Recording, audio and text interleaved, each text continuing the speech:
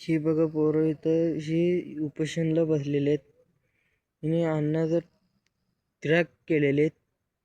आणि सलग 5 दिवस झाले हिने जेवण केलेलं नाही तिथं. आणि ह्यांच्या जिल्ह्यामधून कोण येईना झाली आहे असं ह्यांना वाटत आलंय. तुम्ही सगळेजण यावी अशी माझी कळकळीची विनंती आहे. आणि इकडं बघा हिने देवाऱ्यामध्ये रात्री बघा कसं झोपले आहेत इकडं सगळेजण. इकडं निम्मी गेलेले आहेत, तिने हॉलमध्ये गेलेले आहेत.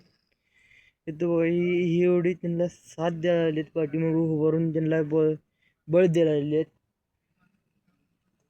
आणि आणि आमचे अण्णा आहे तिथं झोपले. ह्यांची तब्येत हरवलेली झालेली आहे. ह्यांना न्याय मिळाला पाहिजे ही माझी कळकळीची विनंती आहे.